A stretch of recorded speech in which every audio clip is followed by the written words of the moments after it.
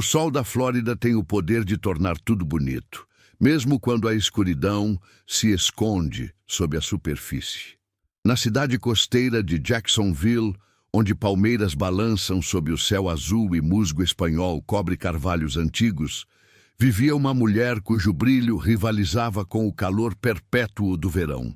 Seu nome era Keisha Martinez, e na primavera de 2019, ela acreditava estar vivendo o sonho americano.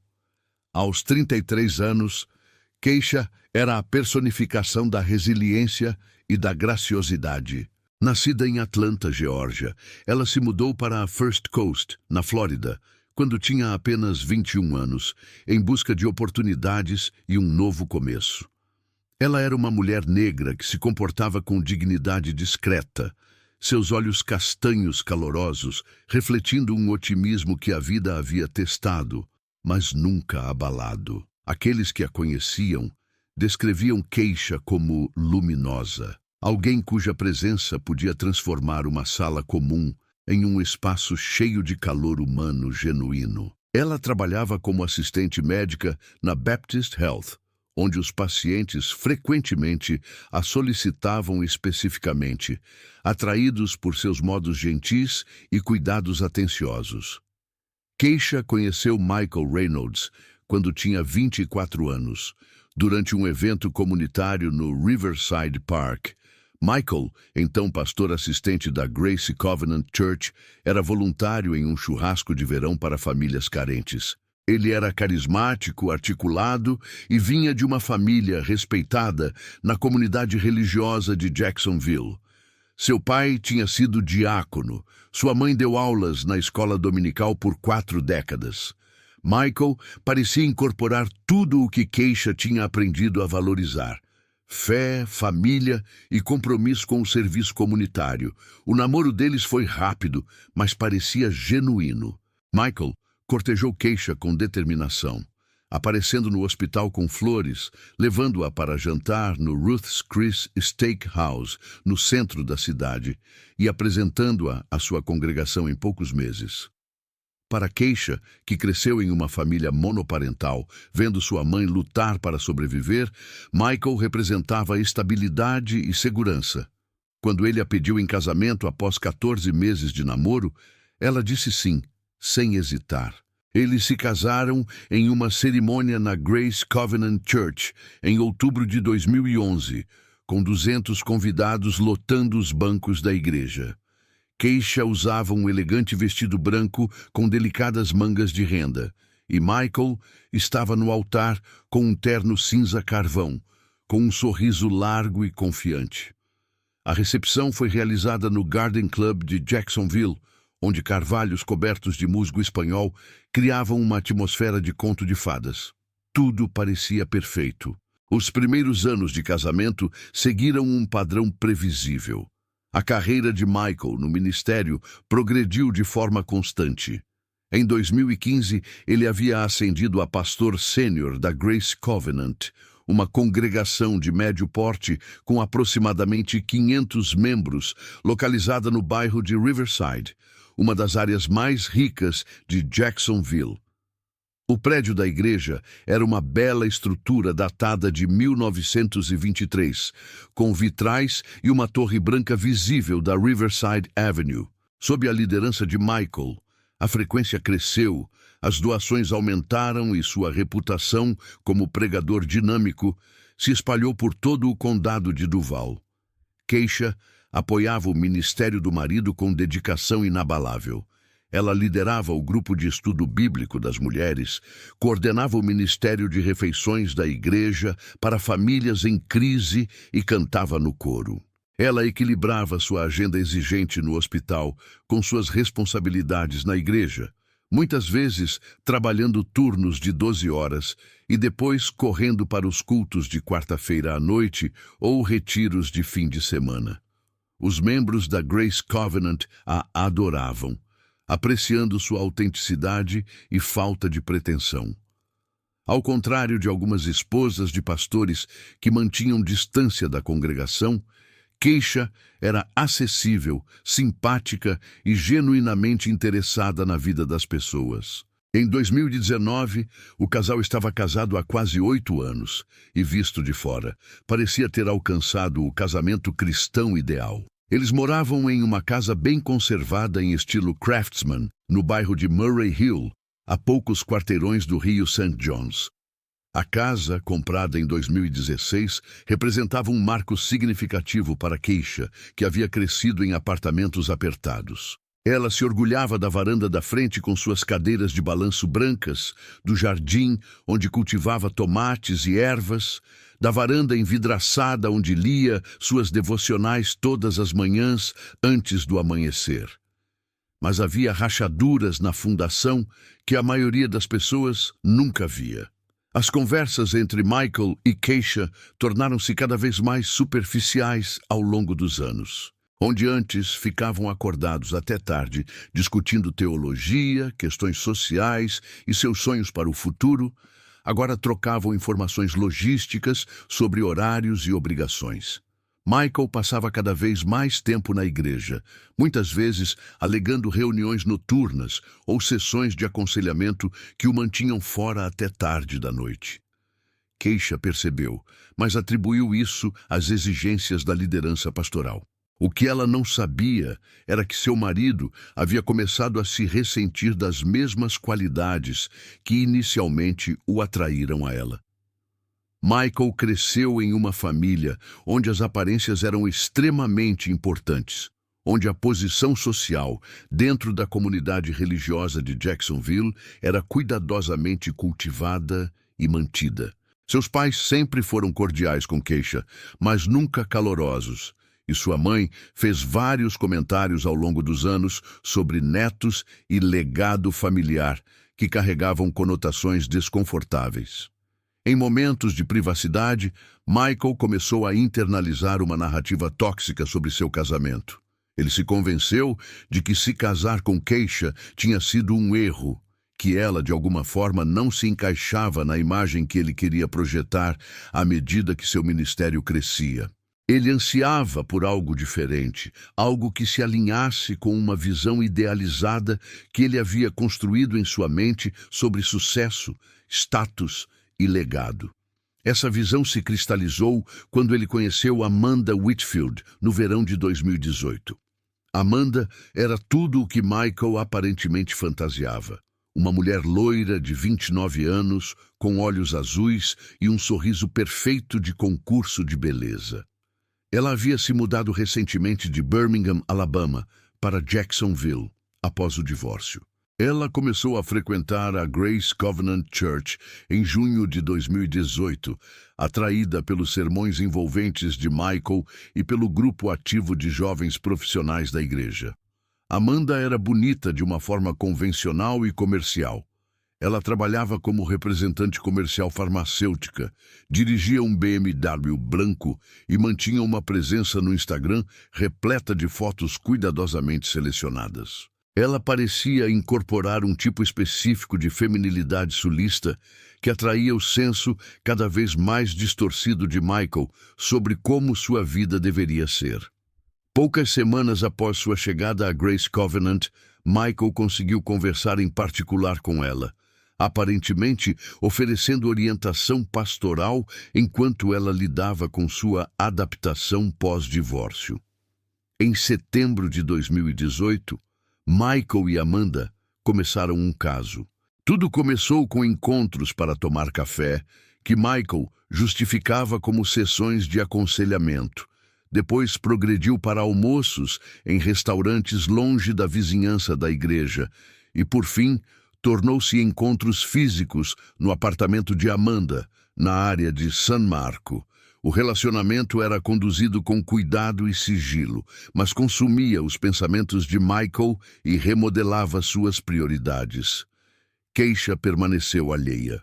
Ela percebeu que Michael parecia distraído, que seus hábitos com o telefone haviam mudado, que ele, de repente, estava mais preocupado com sua aparência e guarda-roupa.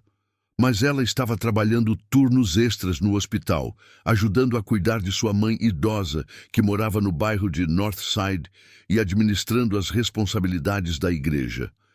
Ela estava cansada, sobrecarregada e optando por confiar em vez de questionar.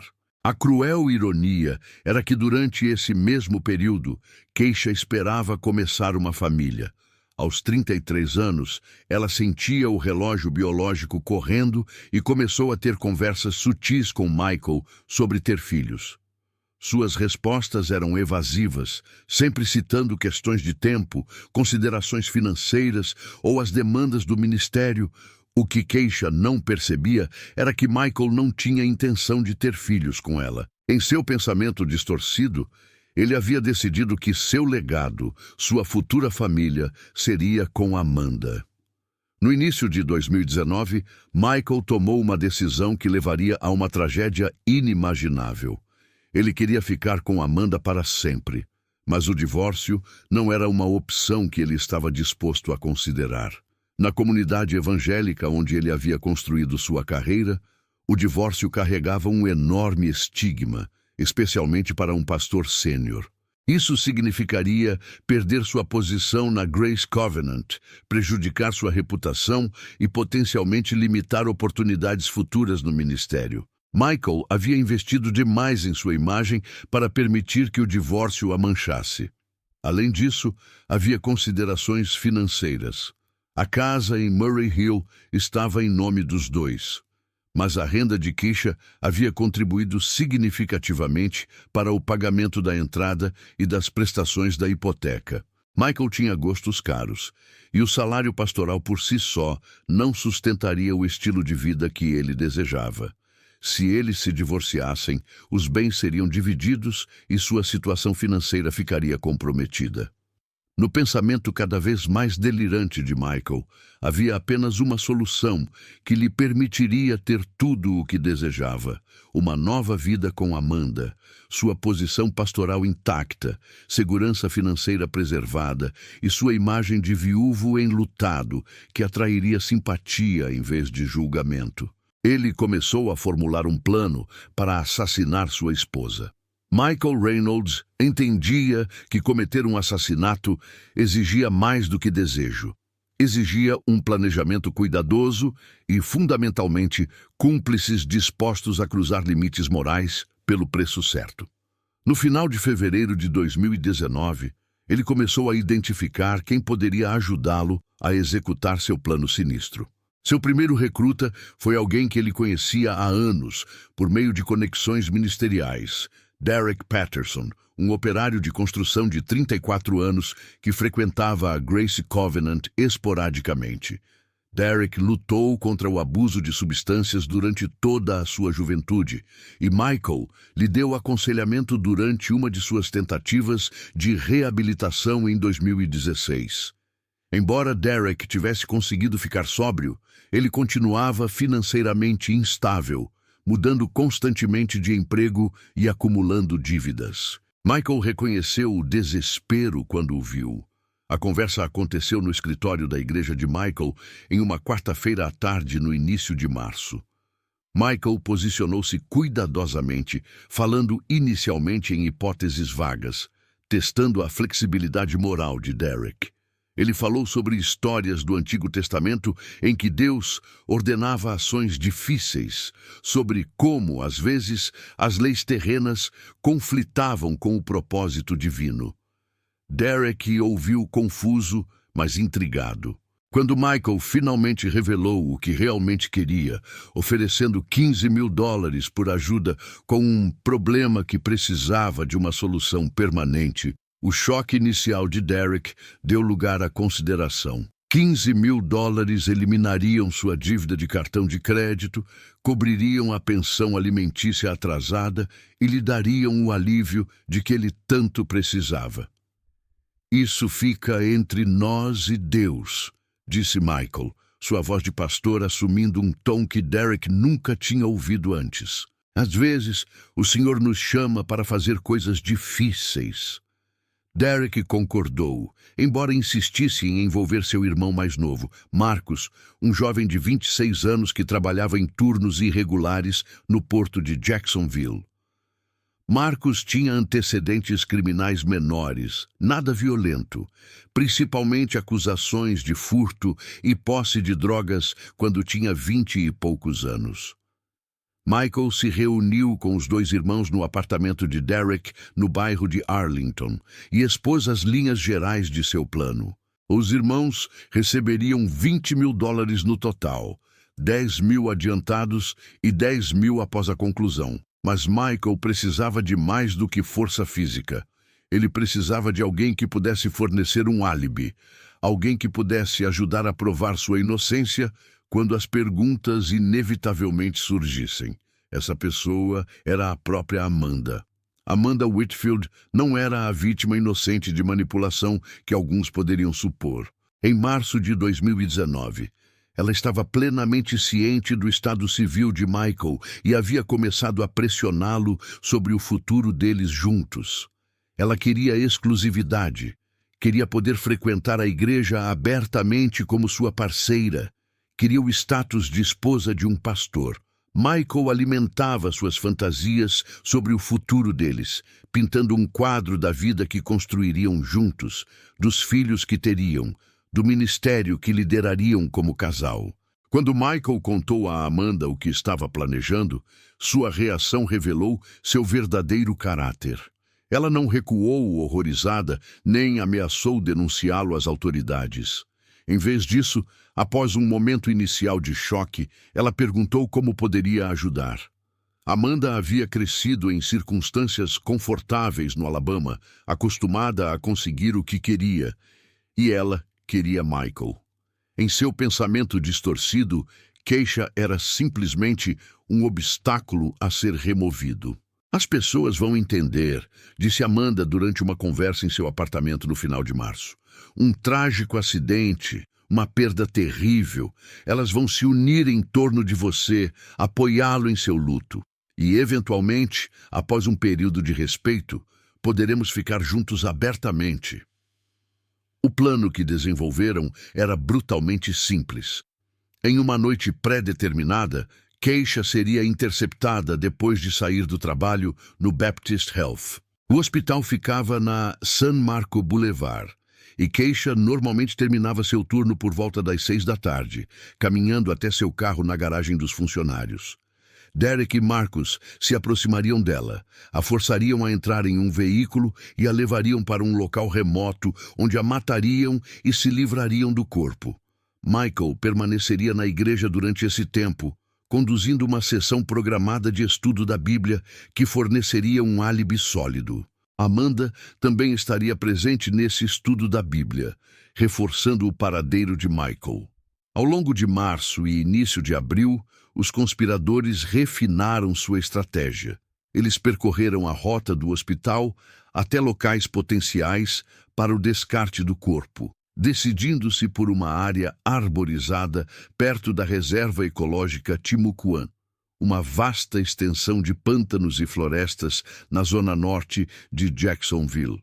A reserva cobria 46.000 acres, com áreas isoladas raramente acessadas por visitantes. Eles identificaram um local perto de um riacho onde um corpo poderia ser afundado e submerso, provavelmente permanecendo sem ser descoberto por semanas ou meses, se é que algum dia seria. Michael retirou dinheiro em pequenas quantias de sua conta pessoal, acumulando os $10.000 que havia prometido aos irmãos Patterson como pagamento inicial. Ele entregou o dinheiro a Derek em 8 de abril, durante uma reunião em uma Waffle House na Atlantic Boulevard, longe de qualquer local onde pudessem ser reconhecidos. Derek contou as notas em sua caminhonete depois, com as mãos trêmulas, compreendendo que aceitar esse dinheiro significava que não havia mais volta. Enquanto isso, Keisha permanecia completamente alheia ao perigo que se aproximava. Ela continuava com sua rotina, trabalhando no hospital, participando das atividades da igreja, cuidando da mãe, cuidando do jardim. Em meados de abril, ela mencionou a uma colega de trabalho que ela e Michael estavam planejando férias nas Florida Keys em junho, algo que ela estava ansiosa para fazer depois de meses de horários de trabalho exaustivos. Ela parecia esperançosa, chegando a mencionar que achava que seu casamento estava entrando em uma fase melhor, que Michael parecia mais atencioso ultimamente.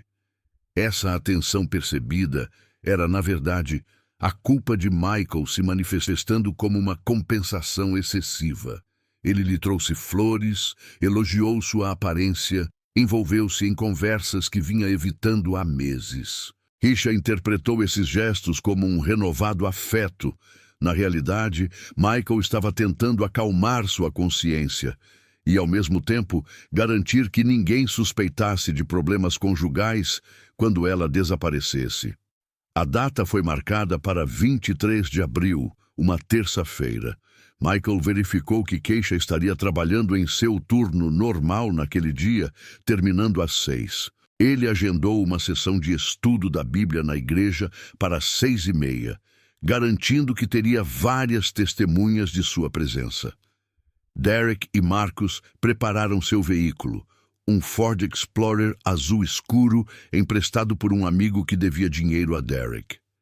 Eles compraram suprimentos, corda, fita adesiva, uma lona, blocos de concreto para pesar o corpo. Amanda, por sua vez, preparou-se psicologicamente para o que estava por vir. Ela comprou um vestido novo para o estudo bíblico, querendo parecer composta e solidária quando Michael recebesse a inevitável notícia devastadora sobre o desaparecimento de sua esposa. Ela praticou suas expressões de choque e simpatia no espelho do banheiro. Mas à medida que a data se aproximava, algo inesperado aconteceu que alteraria o cronograma e, por fim, contribuiria para desvendar toda a conspiração. Em 20 de abril, 3 dias antes do assassinato planejado, a agenda de Keisha mudou inesperadamente. Seu supervisor na Baptist Health solicitou que ela trocasse de turno com um colega que tinha uma emergência familiar. Em vez de trabalhar na terça-feira, dia 23, Keisha agora trabalharia na quinta-feira, dia 25, com seu turno terminando às 7, em vez de às 6. Ela enviou uma mensagem de texto para Michael naquela noite para informá-lo da mudança, pedindo desculpas por qualquer perturbação nos planos de jantar daquela semana. Michael sentiu seu plano cuidadosamente elaborado desmoronar. A sessão de estudo da Bíblia já estava marcada para terça-feira e adiá-la levantaria suspeitas. Ele precisava se reajustar rapidamente. Após uma ligação tensa com Derek Patterson, eles concordaram em adiar a operação para a noite de quinta-feira, 25 de abril. Michael precisaria criar um álibi diferente para aquela noite. Ele decidiu por uma reunião do conselho da igreja, marcando-a para as 7 horas da noite de quinta-feira com a diretoria de anciãos da igreja. Seria um grupo menor do que o estudo bíblico, apenas 5 homens, incluindo ele mesmo, mas serviria ao propósito. Ele enviou a notificação da reunião, citando assuntos financeiros urgentes que precisavam ser discutidos. A quinta-feira, 25 de abril, chegou com o clima típico da primavera da Flórida, quente, úmido, com tempestades à tarde que passavam à noite. Keisha trabalhou em seu turno no Baptist Health, passando o dia ajudando no atendimento aos pacientes na unidade de cardiologia. Ela enviou uma mensagem para Michael por volta das 3 da tarde, mencionando que poderia parar no supermercado Publix no caminho para casa para comprar mantimentos para o fim de semana. A resposta de Michael foi breve. Parece bom. Amo você. Essas seriam as últimas palavras que ele diria à sua esposa. Às 6h45, Keisha saiu do hospital pela saída dos funcionários, atravessando o estacionamento em direção ao seu Honda Accord prateado. O estacionamento estava bem iluminado, mas relativamente vazio àquela hora, já que a maioria dos funcionários do turno diurno havia saído mais cedo. Ela carregava sua bolsa e um suéter leve, com a mente ocupada, pensando no que preparar para o jantar e se sua mãe precisava de alguma coisa. Derek e Marcus Patterson estavam esperando no Ford Explorer, emprestado no segundo andar do estacionamento, estacionado a 3 vagas de distância do veículo de Keisha. Eles estavam lá desde as 18h15, observando os funcionários do hospital indo e vindo, identificando Keisha a partir das fotos que Michael havia fornecido. Quando a viram sair da escada, Marcus ligou o motor. Quando Keisha se aproximou do carro, procurando as chaves na bolsa, Derek saiu do Explorer e caminhou rapidamente em direção a ela. Ele usava jeans e um moletom escuro com capuz, apesar da noite quente, com o rosto parcialmente obscurecido. Keisha percebeu que ele se aproximava e sentiu um alarme imediato, seus instintos percebendo o perigo. "Com licença, senhora", Derek chamou, sua voz tentando soar casual. "Estou perdido, tentando encontrar a entrada de visitantes." Keisha parou, fechando a mão em torno das chaves do carro, posicionando-as entre os dedos, como havia aprendido em um workshop de autodefesa anos atrás. "A entrada para visitantes fica no térreo", disse ela com cuidado, mantendo distância. "Pegue o elevador para descer." Derek se aproximou rápido demais. O alarme de Keisha se intensificou, transformando-se em medo. Ela se virou em direção ao carro, tentando destrancá-lo, mas Derek agarrou seu braço. Ela gritou, um som que ecoou pela estrutura de concreto. Marcus havia saído do Explorer e corria em direção a eles. O que aconteceu a seguir foi caótico e violento. Keisha lutou com força desesperada, deixando cair a bolsa, mas segurando as chaves. Ela bateu no rosto de Derek com as chaves, fazendo-o sangrar pela bochecha. Ela gritou novamente mais alto. Marcus chegou até eles e tentou segurar seus braços, enquanto Derek tentava cobrir sua boca. Eles tentavam forçá-la a entrar no Explorer, mas a resistência de Keisha era feroz. Uma câmera de segurança montada em um pilar de concreto capturou fragmentos da luta, embora o ângulo estivesse parcialmente obscurecido. Mais tarde, os investigadores observariam que o ataque durou aproximadamente 90 segundos na garagem antes que os irmãos conseguissem forçar Keisha a entrar no banco de trás do Explorer, com Marcus sentando-se ao lado dela enquanto Derek dirigia. O veículo saiu da garagem às 6h52, capturado claramente pela câmera do portão de saída, incluindo a placa do carro. Essa única prova se revelaria crucial, embora ninguém ainda tivesse percebido isso. Dentro do veículo, Keisha continuou lutando. Marcus tinha fita adesiva e corda, como planejado, mas a resistência de Keisha dificultou a execução do plano. Ela chutava, arranhava e gritava, apesar das tentativas de Marcus de abafá-la. Derek dirigia de forma irregular, tentando chegar à reserva Timucuan, enquanto seu irmão lutava no banco de trás. "O produto químico!" gritou Derek. "Use o produto químico!" Eles haviam comprado clorofórmio, acreditando que isso incapacitaria Keisha rapidamente. Marcus pegou o frasco e um pano da bolsa, mas o clorofórmio não funciona como Hollywood mostra. Keisha continuou lutando, mesmo quando Marcus pressionou o pano contra seu rosto. A substância queimou suas vias respiratórias, fazendo-a tossir e engasgar, mas não a deixou inconsciente. Em pânico e frustração crescentes, Marcus bateu na cabeça de Keisha com uma lanterna pesada que pegou do chão. O golpe a atordoou, e sangue começou a jorrar de um corte acima da sobrancelha. Eles finalmente conseguiram amarrar seus pulsos e tornozelos com uma corda e cobrir sua boca com fita adesiva.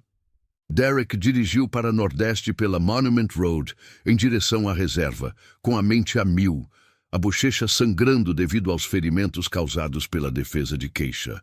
Nada estava saindo conforme o planejado. A luta demorou muito tempo e foi muito visível. Marcus respirava pesadamente no banco de trás, e Keisha, embora imobilizada, estava consciente e aterrorizada. Eles chegaram a uma estrada secundária que levava à reserva Timucuan por volta das 7h20. A área era isolada, cercada por vegetação densa e floresta marítima. Derek entrou com o Explorer na estrada de terra, dirigindo devagar até ficarem longe da estrada principal, escondidos por arbustos de palmeiras e carvalhos. Marcus arrastou Keisha para fora do veículo. Ela não conseguia gritar por causa da fita adesiva, nem correr com os tornozelos amarrados, mas seus olhos comunicavam puro terror. Ela sabia o que estava prestes a acontecer. O que ocorreu a seguir foi brutal e eficiente. Marcus esfaqueou Keisha várias vezes com uma faca de caça, os golpes motivados tanto pelo pânico quanto pela intenção. Derek ficou parado perto, incapaz de assistir, com as mãos tremendo. Os gritos abafados de Keisha se transformaram em silêncio. A autópsia mais tarde contaria 23 facadas em seu torso, pescoço e braços. Eles amarraram blocos de cimento ao corpo dela, envolvendo-o na lona que haviam trazido, e carregaram-no por aproximadamente 50 metros através do capim do pântano até um riacho. Eles a submergiram na água escura com aproximadamente 1,20 m de profundidade, o peso garantindo que ela afundasse abaixo da superfície. Derek e Marcus voltaram para o Explorer cobertos de sangue e lama do pântano. Eles dirigiram de volta para Jacksonville em silêncio, em estado de choque, começando a perceber o horror total do que haviam feito. Enquanto isso, Michael Reynolds estava sentado em seu escritório na igreja, conduzindo uma reunião sobre alocações orçamentárias com 4 anciãos da igreja, seu telefone deliberadamente colocado com a tela voltada para baixo sobre a mesa de conferência, seu comportamento calmo e concentrado. A reunião do conselho da igreja de Michael terminou às 8h45. Os 4 anciãos partiram e Michael permaneceu em seu escritório, olhando para o telefone. Ele não havia recebido nenhuma mensagem de Derek ou Marcus, confirmando a conclusão. O silêncio o deixava ansioso. Ele enviou uma breve mensagem de texto para Derek. "Tudo bem?" Nenhuma resposta veio. Às 9h15, Michael ligou para o celular de Keisha. O telefone tocou sem resposta, indo para a caixa postal. Ele ligou novamente às 9h30, depois às 9h45. Todas as vezes, a caixa postal. Isso era esperado, parte do roteiro. Mas as mãos de Michael tremiam enquanto ele discava. Ele estava cruzando um limiar do qual não haveria retorno. Às 10 horas, Michael dirigiu para a casa vazia em Murray Hill. O carro de Keisha não estava na garagem. Ele entrou, acendeu as luzes e chamou pelo nome dela, como se esperasse uma resposta. Ele esperou 30 minutos antes de ligar para a linha principal do Baptist Health, perguntando se sua esposa havia saído do turno. O supervisor noturno confirmou que Keisha havia saído às 6h42. Michael então ligou para a amiga mais próxima de Keisha, Denise Walker, uma mulher da igreja que morava no bairro de Mandarin. Sua voz transmitia uma preocupação cuidadosamente calibrada. "Denise, desculpe ligar tão tarde. Você teve notícias da Keisha hoje à noite. Ela saiu do trabalho há horas e não voltou para casa. O telefone dela vai direto para a caixa postal." Denise não tinha notícias de Keisha desde terça-feira. Ela imediatamente percebeu que algo estava errado e se ofereceu para ajudar nas buscas. Michael recusou, dizendo que entraria em contato com as autoridades. Às 22h53, ele ligou para a linha não emergencial do gabinete do xerife de Jacksonville, relatando o desaparecimento de sua esposa.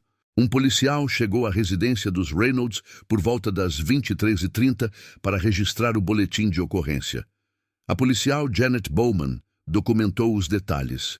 Keisha Martinez Reynolds, 33 anos, mulher negra, 1,68 m, aproximadamente 64 quilos.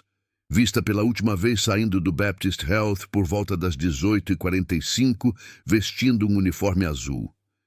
Michael forneceu uma foto recente do seu celular, uma foto de Keisha sorrindo na varanda, com a luz do sol iluminando seu rosto.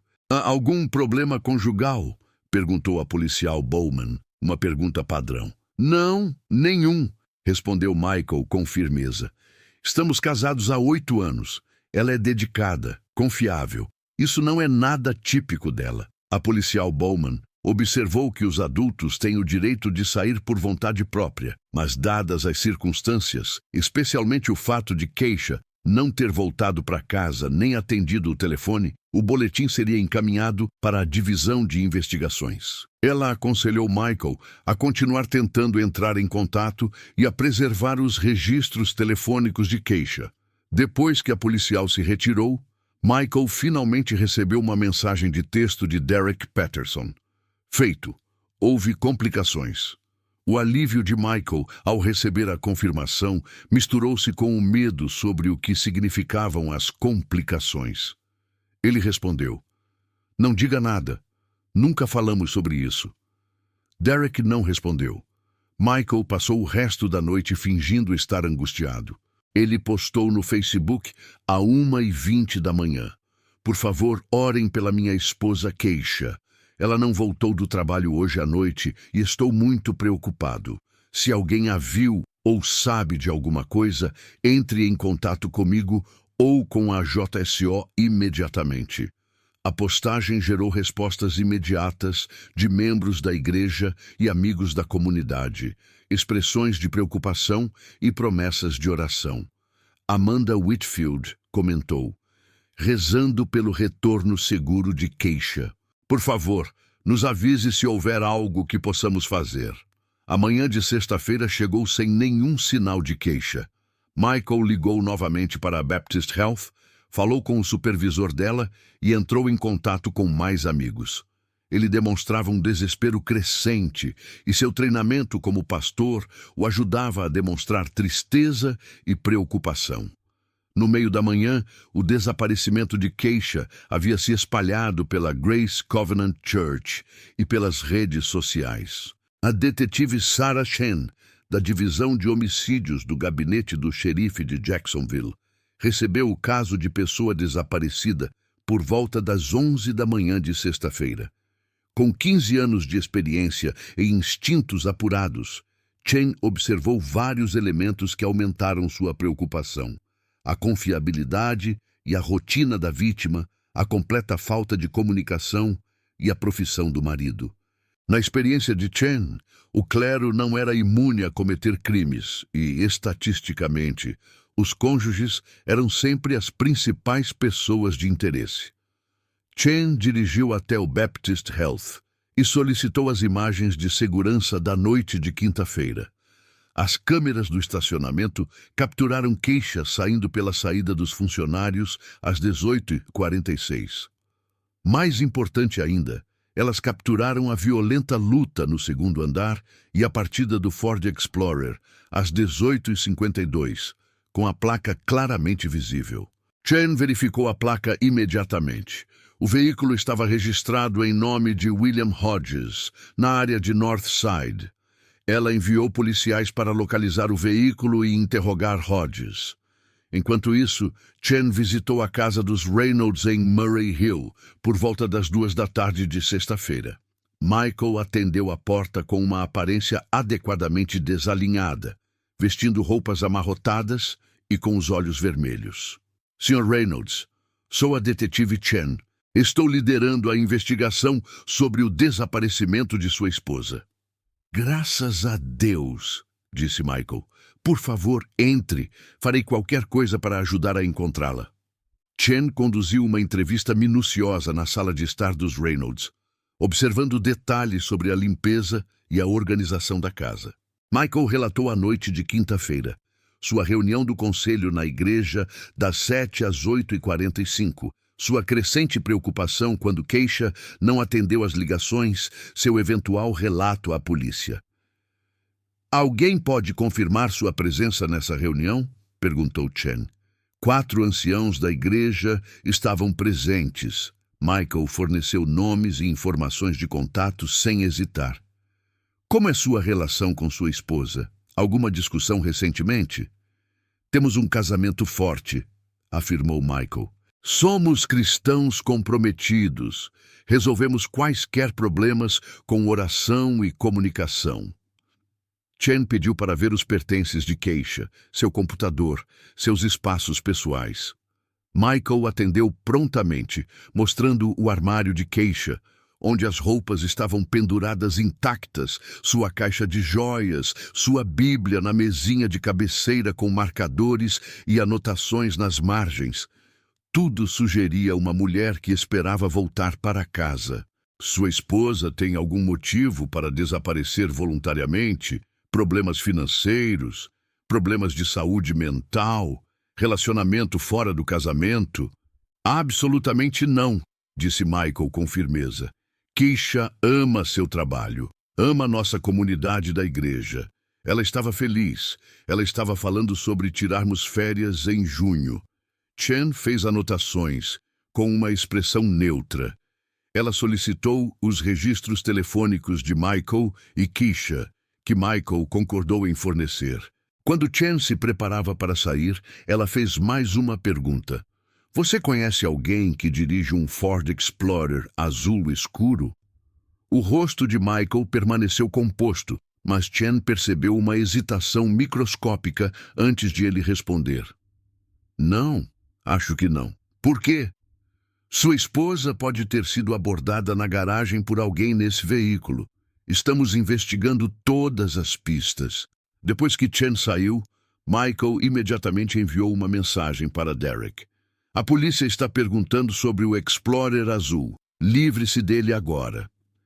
Na sexta-feira à noite, o gabinete do xerife de Jacksonville localizou William Hodges, o proprietário registrado do Explorer. Hodges confirmou que havia emprestado o veículo a Derek Patterson na quinta-feira de manhã. Derek alegou que precisava dele para transportar materiais de construção. A detetive Chen obteve o endereço e o histórico criminal de Derek Patterson. Sua conexão com a Grace Covenant Church apareceu nas notas do banco de dados de 2016, quando Michael Reynolds forneceu referências pessoais durante a audiência de liberdade condicional de Derek. O instinto de Chen se aguçou. Ela tinha uma mulher desaparecida, evidências de sequestro e uma possível conexão entre um veículo suspeito e o marido da vítima por meio da igreja. Na manhã de sábado, Chen autorizou uma busca pelo Ford Explorer, que foi encontrado abandonado no estacionamento de um Walmart na Blanding Boulevard. O interior do veículo revelou manchas de sangue no banco traseiro, fragmentos de fita adesiva e lama do pântano nos tapetes. Na manhã de domingo, 28 de abril, um canoísta chamado Thomas Brennan remava pelos riachos da reserva ecológica Timucuan, fotografando pássaros para um blog sobre natureza que mantinha. Por volta das 10h15, enquanto navegava por um canal estreito cercado por grama do pântano, ele notou algo incomum submerso em águas rasas perto da margem. A princípio, ele pensou que fosse uma lona descartada, mas ao se aproximar, viu o que parecia ser tecido e algo mais escuro por baixo. Brennan imediatamente ligou para o 911. A unidade marítima do gabinete do xerife de Jacksonville chegou em 40 minutos, junto com os investigadores da cena do crime. Ao meio-dia, eles haviam recuperado o corpo de Keisha Martinez Reynolds do riacho, ainda parcialmente envolto em uma lona azul e amarrado com blocos de concreto. As amarras de corda permaneciam em seus pulsos e tornozelos. Fita adesiva cobria sua boca. A detetive Sarah Chen chegou ao local por volta da 1h. Em pé, na margem lamacenta, observando os técnicos fotografarem e documentarem tudo, ela sentiu o peso familiar que acompanhava as investigações de homicídio. Essa mulher tinha sido filha de alguém, esposa de alguém, amiga de alguém. A violência infligida a ela revelava raiva e desespero. O exame preliminar revelou múltiplas facadas. A médica legista, doutora Patricia Nguyen, estimou que Keisha estava morta há aproximadamente 72 horas, o que coincidia com a noite de quinta-feira. A maré do riacho impediu que o corpo afundasse mais ou fosse levado pela correnteza, uma circunstância favorável para a preservação das evidências. O telefone de Chen tocou enquanto ela estava na cena do crime. Seu parceiro, o detetive Marcus Williams, tinha notícias da equipe forense que estava examinando o Ford Explorer. Sarah, encontramos sangue no veículo que preliminarmente corresponde ao tipo sanguíneo de Keisha Reynolds. Também encontramos impressões digitais parciais e as amostras de lama correspondem aos sedimentos da área de Timucuan.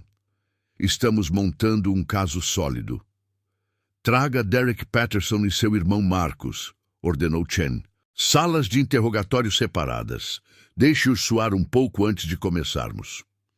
Às 3 horas da tarde de domingo, os dois irmãos Patterson estavam sob custódia na sede do gabinete do xerife de Jacksonville, na Bay Street.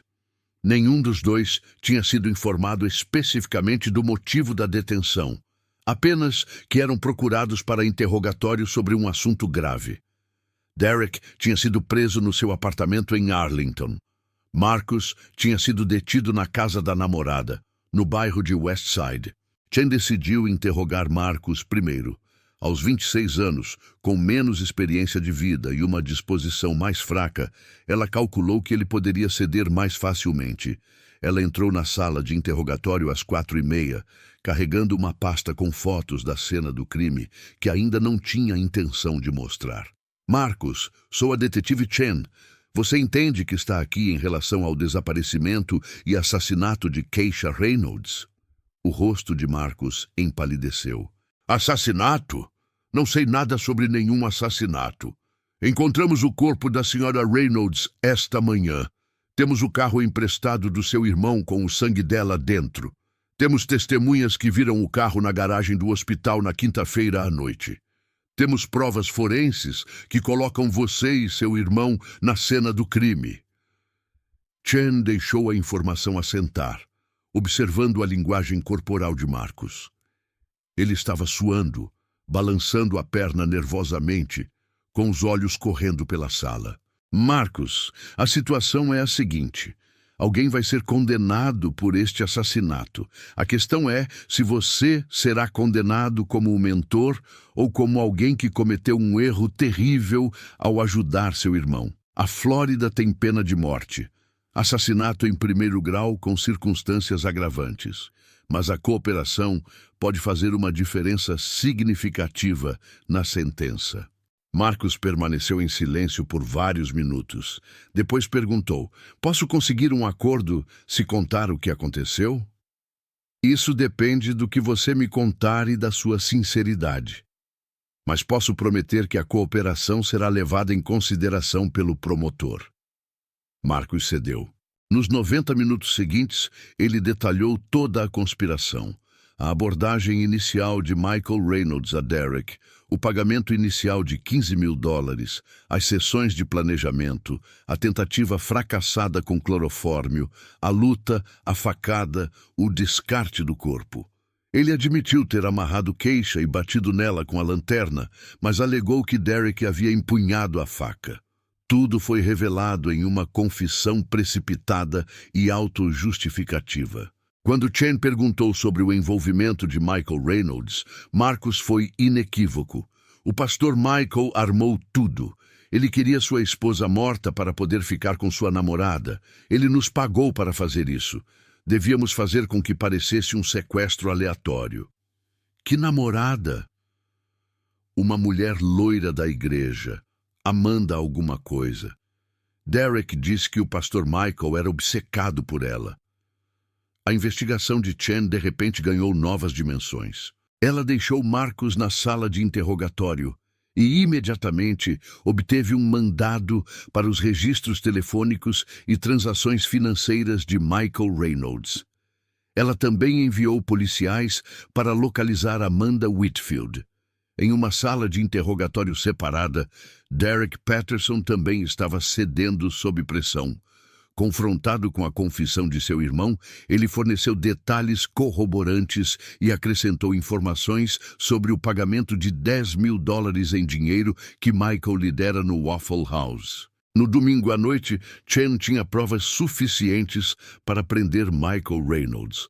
Ela dirigiu até a casa dele, em Murray Hill, com 4 policiais uniformizados às 7h30. Michael atendeu a porta vestindo calças pretas e uma camisa social, tendo acabado de voltar de um culto noturno na Grace Covenant, onde a congregação se reuniu para orar pelo retorno seguro de Keisha. Michael Reynolds, você está preso por conspiração para cometer homicídio e homicídio doloso pela morte de sua esposa, Keisha Martinez Reynolds. A compostura cuidadosamente mantida por Michael finalmente se quebrou. Isso é loucura. Eu não fiz nada. Eu estava na igreja quando ela desapareceu. Você contratou Derek e Marcus Patterson para sequestrar e assassinar sua esposa, afirmou Chen categoricamente enquanto os policiais o algemavam. Os dois fizeram confissões detalhadas. Você pagou $15.000 a eles. Temos seus registros financeiros, seus registros telefônicos e depoimentos de testemunhas. Enquanto Michael era levado para a viatura, os vizinhos saíram para as varandas, observando em choque. A notícia da descoberta do corpo de Keisha já havia se espalhado pela comunidade. Agora, ver o pastor preso pelo assassinato dela criou uma dissonância cognitiva que levaria dias para ser totalmente processada. Amanda Whitfield foi presa em seu apartamento em San Marco às 9h da noite de domingo. Ela estava fazendo as malas, aparentemente se preparando para deixar Jacksonville. Suas negativas iniciais rapidamente se dissiparam quando confrontada com registros telefônicos que mostravam comunicações frequentes com Michael Reynolds, incluindo mensagens de texto enviadas na noite do assassinato. Amanda, sabemos sobre seu caso com Michael Reynolds. Sabemos que você participou do estudo bíblico que deveria fornecer o álibi dele antes da data ser alterada. Sabemos que vocês estavam planejando um futuro juntos. Sua cooperação agora é a única coisa que pode reduzir sua culpabilidade. O advogado caro de Amanda argumentaria mais tarde que ela não teve envolvimento direto no planejamento do assassinato, mas as mensagens de texto recuperadas de seu telefone contavam uma história diferente. Mensagens discutindo remover obstáculos e começar de novo demonstravam conhecimento e incentivo às intenções de Michael, mesmo que ela não tivesse participado das sessões de planejamento com os irmãos Patterson. Na manhã de segunda-feira, 29 de abril, todos os 4 conspiradores estavam sob custódia. A história dominou a mídia de Jacksonville, com equipes de televisão posicionadas do lado de fora da Grace Covenant Church e da casa dos Reynolds. As manchetes gritavam variações de pastor preso pelo assassinato da esposa e líder da igreja acusado de contratar assassinos. A congregação da Grace Covenant ficou arrasada. Muitos membros se recusaram a acreditar na culpa de Michael, apesar das evidências. Outros se sentiram traídos por um homem em quem confiavam sua orientação espiritual. A diretoria da igreja realizou uma reunião de emergência e votou pela suspensão de Michael de todas as funções pastorais até o resultado do julgamento. A família de Keisha chegou de Atlanta, devastada pela perda e pela raiva. Sua mãe, Patrícia Martinez, de 68 anos, fez uma breve declaração à mídia do lado de fora do escritório do médico legista. Minha filha era uma alma linda que confiou no homem errado. Ela merecia muito mais do que ele lhe deu. Espero que a justiça seja rápida e segura. O caso Estado da Flórida contra Michael Dean Reynolds foi a julgamento em fevereiro de 2020, quase 10 meses após o assassinato de Keisha. O Tribunal do Condado de Duval, na East Adams Street, tornou-se o centro das atenções do público, com jornalistas, membros da comunidade e fiéis da igreja lotando a galeria diariamente. A promotora Helena Martinez, uma veterana do Ministério Público Estadual, construiu um caso metódico. As provas eram contundentes. Provas forenses ligando os irmãos Patterson à cena do crime e ao veículo, registros financeiros documentando saques em dinheiro de Michael, totalizando $15.000, registros telefônicos mostrando padrões de comunicação entre todos os conspiradores, e o mais prejudicial, as confissões detalhadas de Derek e Marcus Patterson. A teoria da acusação era direta. Michael Reynolds, motivado por seu caso com Amanda Whitfield e seu desejo de manter sua posição pastoral e segurança financeira, conspirou para assassinar sua esposa em vez de enfrentar as consequências sociais e econômicas do divórcio. Ele recrutou Derek Patterson, explorando sua conexão com a igreja e o desespero financeiro de Derek, para executar o assassinato. Derek e Marcus Patterson aceitaram acordos judiciais em troca de seus depoimentos. Derek se declarou culpado de homicídio doloso e recebeu uma sentença de prisão perpétua, com possibilidade de liberdade condicional após 30 anos. Marcus, cuja cooperação havia sido mais imediata e cujo papel foi um pouco menos central, se declarou culpado de homicídio culposo e recebeu 25 anos. Os dois irmãos testemunharam durante o julgamento de Michael. O depoimento de Derek foi particularmente condenatório. Ele descreveu em detalhes as reuniões com Michael, os detalhes do que Michael havia solicitado, os cálculos frios sobre o momento e o álibi. Ele me disse que Keisha era uma boa mulher, mas que Deus lhe havia mostrado um caminho diferente, testemunhou Derek, com a voz quase inaudível. Ele disse que às vezes é preciso fazer sacrifícios por um propósito maior. Ele fez com que parecesse quase justo, como se estivéssemos ajudando-o a cumprir um plano divino. A defesa, liderada pelo proeminente advogado de Jacksonville, Robert Kendrick, tentou argumentar que Michael nunca havia ordenado explicitamente o assassinato de sua esposa, que suas conversas com Derek haviam sido mal interpretadas, que ele estava aconselhando Derek em dificuldades financeiras e que Derek havia desviado o dinheiro. Mas o argumento ruíram sob o peso das evidências. Mensagens de texto entre Michael e Derek nos dias anteriores ao assassinato foram apresentadas. Uma mensagem de Michael dizia: "Quinta-feira é melhor. Ela trabalha até às 7. Certifique-se de que esteja limpo e longe das câmeras." Outra, enviada horas antes do assassinato: "Lembre-se, isso nunca aconteceu. Nunca discutimos nada." Amanda Whitfield foi julgada separadamente em um processo mais curto. Sua defesa argumentou que ela não tinha conhecimento do plano de assassinato e estava apenas tendo um caso com um homem casado. No entanto, mensagens de texto minaram essa alegação. Uma mensagem para Michael, enviada 2 semanas antes do assassinato, dizia: "Mal posso esperar até não precisarmos mais nos esconder. Faça o que for preciso para ficarmos juntos." Outra, enviada no dia seguinte à descoberta do corpo de Keisha: "Fique forte, tudo isso valerá a pena no final." O júri deliberou por 7 horas antes de considerar Amanda culpada de conspiração para cometer assassinato. Ela foi condenada a 18 anos de prisão. O julgamento de Michael Reynolds durou 3 semanas. A acusação chamou 42 testemunhas, incluindo membros da igreja que testemunharam sobre o relacionamento de Michael com Amanda, peritos forenses que analisaram as provas e colegas de trabalho de Keisha que descreveram seu caráter e confiabilidade.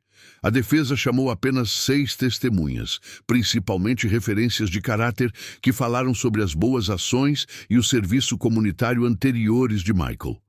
O testemunho mais impactante veio da mãe de Keisha, Patrícia Martinez. Vestindo um vestido preto simples, com voz firme apesar da dor evidente, ela se dirigiu ao tribunal durante a fase de depoimentos das vítimas. Minha filha confiava plenamente em seu marido. Ela acreditava na santidade do casamento, em manter os votos perante Deus. Ela trabalhava duro, cuidava dos outros e trazia alegria a todos ao seu redor. Michael Reynolds tirou tudo isso por causa de seu egoísmo e covardia. Ele não matou apenas Keisha. Ele destruiu a fé da nossa família na bondade, na segurança, na instituição do casamento que ela considerava sagrada. O júri deliberou por 11 horas ao longo de 2 dias. Em 27 de fevereiro de 2020, eles deram o veredicto: culpado de homicídio doloso com circunstâncias especiais. As circunstâncias especiais incluíam homicídio por ganância financeira e homicídio cometido de maneira especialmente hedionda. A lei da Flórida previa a pena de morte em tais casos, e o promotor Martinez havia indicado que o Estado iria solicitá-la. No entanto, durante a fase de determinação da pena, o júri ficou dividido. Após 2 dias de deliberação, eles não conseguiram chegar ao acordo unânime necessário para uma sentença de morte. O juiz William Thompson, portanto, condenou Michael Reynolds à prisão perpétua, sem possibilidade de liberdade condicional. Ao ler a sentença, o juiz Thompson dirigiu-se diretamente a Michael.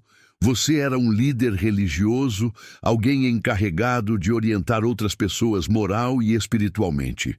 Você explorou essa posição para manipular pessoas vulneráveis a cometer um crime atroz. Você planejou o assassinato de uma mulher que o amava, que confiava em você, que construiu uma vida com você. Sua traição é profunda e sua crueldade é notável. Você passará o resto da sua vida na prisão contemplando a enormidade do que fez. A Michael não demonstrou emoção enquanto a sentença era lida. Ele foi imediatamente encaminhado para a Instituição Correcional Union, em Rayford, Flórida, onde permanece até hoje. As consequências do assassinato de Keisha causaram comoção na comunidade religiosa de Jacksonville. A Grace Covenant Church lutou para sobreviver ao escândalo, com uma queda de 60% no número de membros em 1 ano. O prédio acabou sendo vendido, e os fiéis restantes se uniram a outra igreja no bairro de Riverside. Muitos membros passaram por profundas crises espirituais, questionando como não conseguiram ver a verdadeira natureza de Michael. Como alguém que pregava sobre amor e retidão podia abrigar tanta escuridão. Alguns abandonaram completamente a religião organizada, incapazes de conciliar o que havia acontecido com sua fé. O funeral de Keisha, realizado em outra igreja no início de maio de 2019, atraiu centenas de pessoas. Seu caixão foi decorado com girassóis, suas flores favoritas, de um amarelo brilhante que parecia capturar a luz que ela trazia ao mundo. Amigos da Baptist Health, vizinhos de Murray Hill e membros de várias igrejas de Jacksonville compareceram para honrar sua memória. A casa em Murray Hill, da qual Keisha tanto se orgulhava, foi vendida, e os lucros foram para sua mãe e para um fundo de bolsas de estudo criado em nome de Keisha em uma faculdade comunitária local para estudantes que desejam seguir carreira na área da saúde.